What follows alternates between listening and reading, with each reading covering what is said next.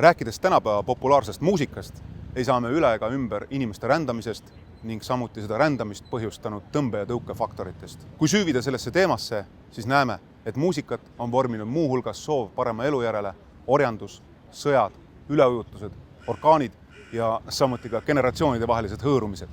Kõige olulisemaks sulatuspotiks, kus tekkis kõige rohkem erinevaid muusikastiile, võib pidada Ameerika Ühendriike.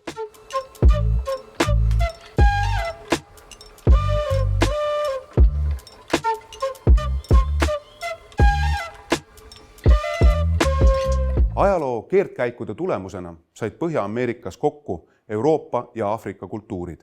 Uut elu läksid otsima Euroopa uudishimulikud ja ka tagakiusatud, kuid koos nendega saabusid ka miljonid vägisi kaasa võetud Aafrika orjad. Mõlemad grupid tõid endaga kaasa oma muusika ja traditsioonid, mis aja jooksul paratamatult teineteist mõjutasid. Võib öelda, et popmuusika kujunemise oluliseks lähtepunktiks olid orjade töölaulud ja spirituaalid, mis olid inspireeritud nii Aafrika rütmidest, aga ka Euroopa muusikast ja piiblitekstidest. Ülevaatajad lubasid ja isegi mõnikord soosisid orjade laulmist kui töö ergutajat. Samas olid kolonialistid kahtlustavad ning ei soosinud mustanahaliste omavahelist suhtlemist. Ja selle tõttu näiteks 1739. aastal keelustati Briti impeeriumis trummid. Kahtlustati, et Aafrika põliselanikud suhtlevad trummidega nagu telegraafiga ning koordineerivad sellega oma mässu või siis põgenemist. Laulmine oli ainus viis, kuidas USA lõunaosariikide orjad said üksteisega töö ajal rääkida ning salaja anti laulude abil edasi ka sõnumeid ning informatsiooni, kuidas valvajate karmi kontrolli alt pääseda. Kolonialism ja orjandus mõjutasid muusika arengut ka Jamaikal, kus orjad, kes oskasid näiteks mõnda muusikalist instrumenti mängida, pidid tihti musitseerima oma isandatele.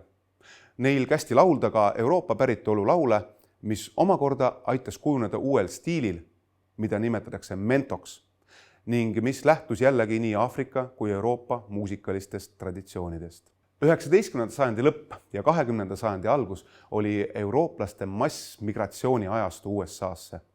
Miljonite eurooplaste ränne Ameerikasse oli ulatuselt ja kiiruselt pretsedenditu. Tihti oli showbusiness uutele tulijatele üks vähestest võimalustest eduks, muud kohad olid lihtsalt võetud.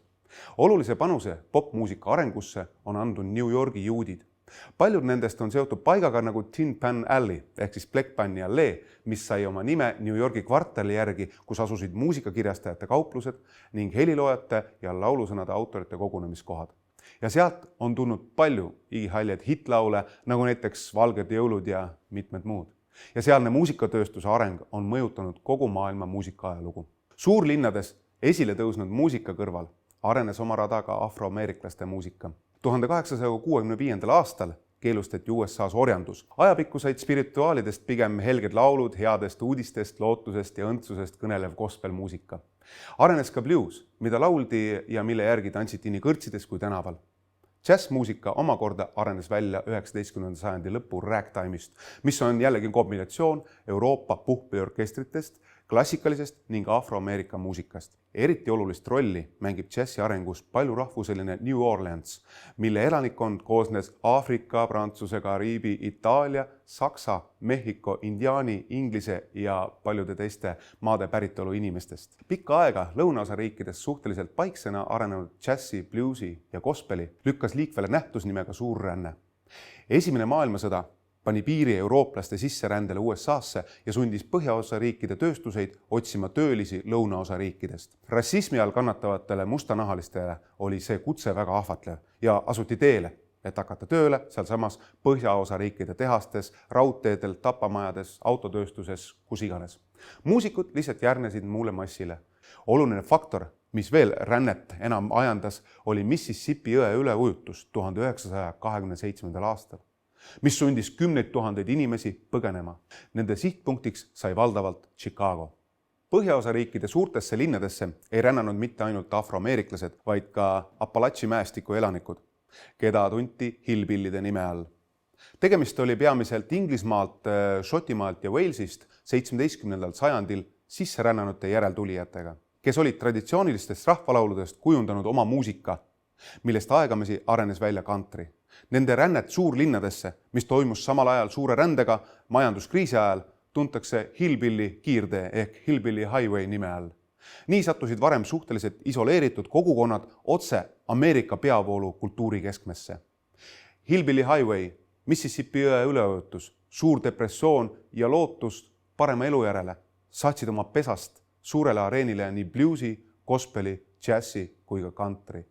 Üha olulisemaks muutusid lihtsa musitseerimise kõrval kontserdid, plaadistamised ja raadioeeter. Algselt tantsuks mängitud džäss tõusis kontsertlavale. Traditsioonilised pillid asendusid lärmakamate elektrikitarride ja võimendustega. Muusikaprodutsendid otsisid talente. Mustanahalised elanikud ostsid endale plaate, pille ja tunnetasid oma muusika väärtust. Kirikutes võimutses gospel. Juba 1940. aastatest oli Chicagos, Detroitis, New Yorgis ja teistes linnades podisenud katel, kus üksteist mõjutasid Euroopa juurtega country ja Aafrika juurtega blues. Üksteist mõjutades ja sulandudes tekkisid nendest 1950. aastatel rütmi blues ja rock'n'roll. Elvis, The King Presley tõi rock'n'rolli suurele areenile, kuigi tegelikult oli rocki pioneerideks sellised mustanahalised artistid nagu Chuck Berry ja Little Richard. Rock'n'roll tabas 1950. aastate keskpaigas lööklainena kogu Ameerikat. Noorte teismeliste põlvkond nägi rock'n'rollis võimalust mässata kollektiivselt oma vanemate ja vanema generatsiooni vastu. Valged täiskasvanud olid šokeeritud. Kirikud kuulutasid suures osas mustanahalist päritolu rock'n'rolli lausa saatana muusikaks. Noored sellest muidugi ei hoolinud. Ränne, stiilide segunemine ja rock'n'rolli esiletõus aitas oluliselt ühiskondlikku ja rassilist lõhet vähendada. Vastuseks 1950. populaarseks tõusnud impulsiivsele rockmuusikale tootsid professionaalsed popprodutsendid nagu näiteks Ukraina päritolu Phil Spector eelkõige teismelistele suunatud hitlaule. Suur muusikabisnis andis maailmale seksikaid meeslaulajaid ja pilku püüdvaid tüdrukute bände, kes müüsid miljoneid plaate. Popmuusika valmistas ette oma maailmavalutust. Kui me vaatame üle suure lombi, siis samal ajal arenesid sündmused ka Atlandi ookeani idakaldal.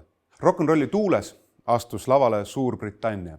Keskset rolli mängis sadamalinn Liverpool, kus peatusid tihti Ameerika laevad ja mille elanikest märkimisväärse osa moodustasid meremehed. 2 eelneva tulemusena jõudis koos meremeestega Liverpooli 1950. aastate USA muusika. USA ja kohaliku muusika segunemise tulemusel kujunes 1960-ndateks brittidele oma uus muusika. Nähtuse, mida tuntakse Briti invasiooni nime all, algatasid 4 noormeest Liverpoolist, kes võtsid Ameerika rütmibluusi, rockabilly ja rock'n'rolli, keerasid selle oma võtmesse ja paiskasid USA turule.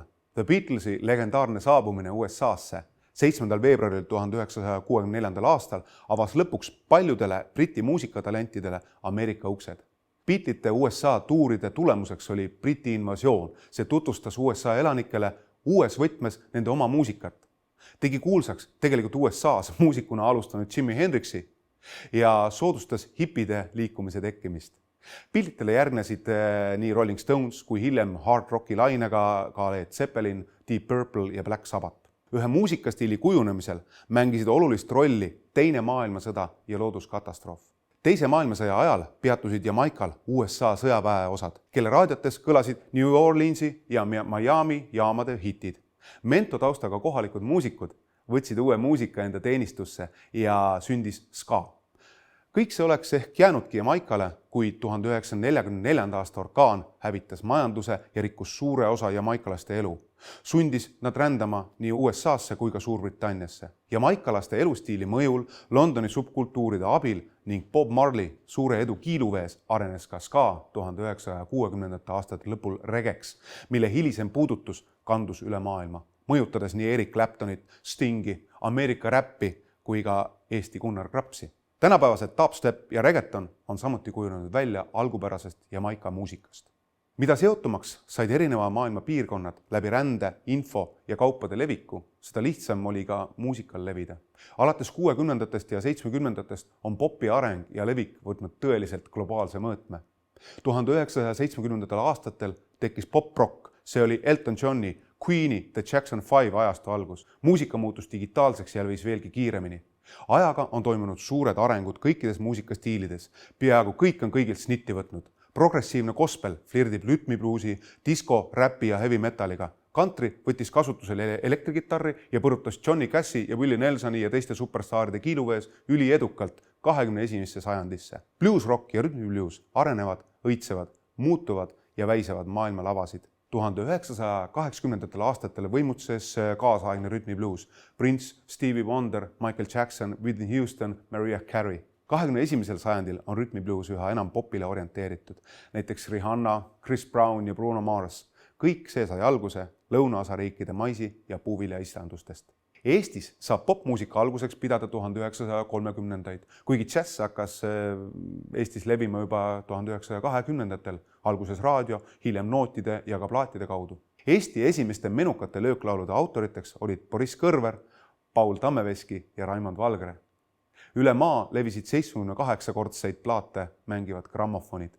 Kuigi Eesti lõigati raudse eesriidega 50 aastaks läänemaailmast ära, jõudsid muusikalised rännakud ka meie igapäevaellu. Välismaa sugulaste kaudu saadi vinüüle, mis salvestati kohe 10 koopiatena makilintidele. Läbi segajate kuulati piraatraadiojaamasid, et seal oma beatbändile uut repertuaari saada.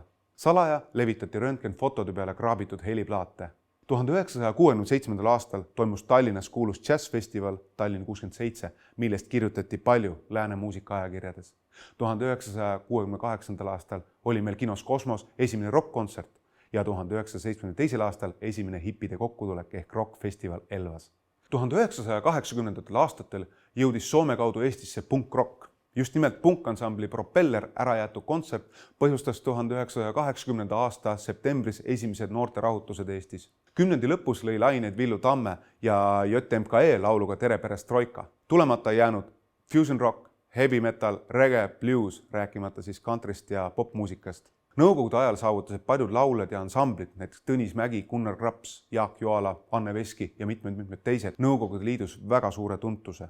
Taasiseseisumine ja piiride avamine on andnud Eesti muusikutele rohkelt uusi võimalusi ka ennast välisriikides proovile panna. Nii on olulist rahvusvahelist edu ja tähelepanu kogenud Eesti artistid, alates Vanilla Ninjast, Lauri Joametsast, Nöpist, Trädetäkist, Evert and the Two Dragonsist, Metsatöllust, Kadri Voorandi ja paljude teisteni välja.